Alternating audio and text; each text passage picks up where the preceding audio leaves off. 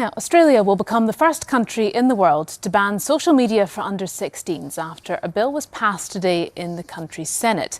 Here in the UK, figures show that a fifth of children aged between 8 and 17 have lied about their age to sign up for social media accounts. Ofcom says that number has remained unchanged for the last 2 years, despite technology companies introducing new restrictions. Our technology editor, Zoe Kleinman, reports. I'm not sure what age I've put on my account or if my age is true to that. At this school in Glasgow, these pupils are all aged under 16 and they all say it's easy to lie about your age on social media. Yeah. I put in my actual birthday date and month, but when it gets to the year I'll just scroll 10 years back. If you've got a younger brother or sister, then something could happen to them and you would never know about it because they think they're talking to somebody their own age, but they very much aren't. They don't ask for ID, they don't ask for anything, so it's very easy. You just put in a random birthday, click done, that's it. The number of children who pretend they're older when they sign up for social media accounts has been revealed in a new report by Ofcom, the regulator responsible for online safety in the UK. It found that over a fifth of 8 to 17-year-olds pretend to be aged 18 or over. Things that children really shouldn't be exposed to. Ofcom, who will be in charge of enforcing tighter rules next year as the Online Safety Act comes into force, warns social media companies they'll be punished if they fail to take action. Well, the powers that we have in the Online Safety Act are broad. They include the ability to fine tech firms up to 10% of their worldwide revenue. The big social networks won't let anyone have an account if they say they're aged under 13. But we found that by creating new email addresses, we could easily set up accounts with Instagram, TikTok, Snapchat and X, claiming to be over 18, and we weren't asked to provide any proof. Meta, which owns Instagram and Facebook, believes app stores should carry out age verification, but says it's also rolling out tech designed to spot under-18s pretending to be adults.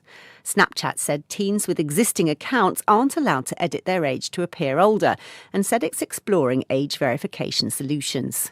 TikTok also said it's developing tech that will verify age and added that it already removes thousands of suspected underage accounts every day. X didn't respond. So far, solutions put forward by social media companies have not fixed the problem. In 2025, these firms will have to up their game or face big consequences for breaking the new UK Online Safety Act.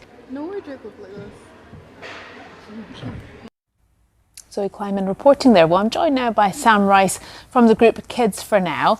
Thank you very much for coming in to see us. What do you think about the measures that Australia has taken to try and toughen up the rules on young people using social media? I think it's absolutely fantastic. It's the way to go, and I hope this country will follow suit very shortly.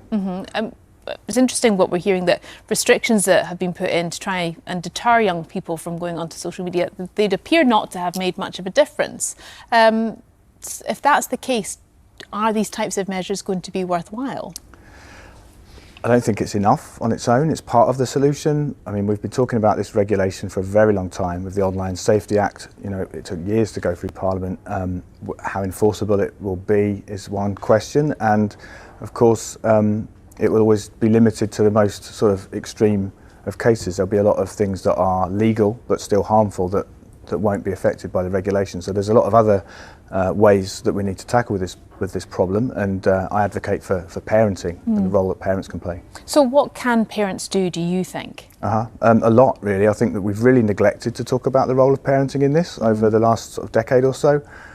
So the most important thing that I suggest is just to wait as long as possible before allowing your child to have a smartphone and to be on social media. What age do you think is a suitable age for your child to have a smartphone? As long as possible, 16 really, possibly 14. I'll offer some of the counter arguments because it's only fair. I think a lot of parents will say that at the point where their child is away from them, physically away from them, whether that be after school activities or meeting friends away from them, that having a means of communication is quite important.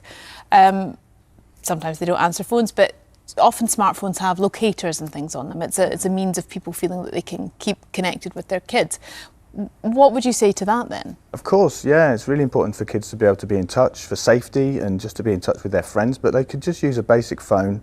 You can still buy Nokias, you can give them a SIM card with no data, you can buy phones that don't have Wi-Fi, and that's really The only way to keep them safe from all these harms, there's a whole massive range of harms that the ways that smartphone and the internet affects kids these days.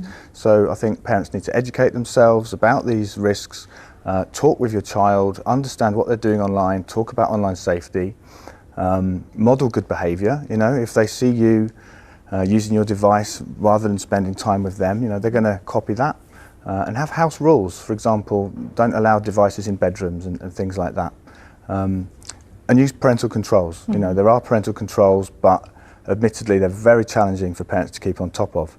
And as we heard, I mean, kids are obviously getting around the restrictions that have been put in place anyway. There's workarounds, there's glitches, it's really hard, and there are limitations to what parental controls can actually do.